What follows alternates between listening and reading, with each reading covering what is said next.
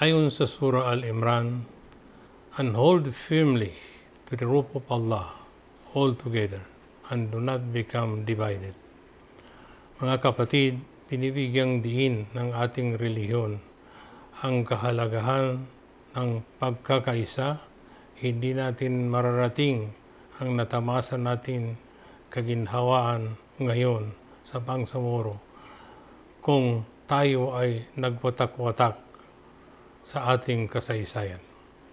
Nakita natin kung paano tayo sinubok, paano tayo humarap sa mga hamon, paano tayo nagtagumpay, hindi dahil sa lakas ng isa, kundi dahil sa pagkakaisa ng mga bangsamoro saan mang panig ito.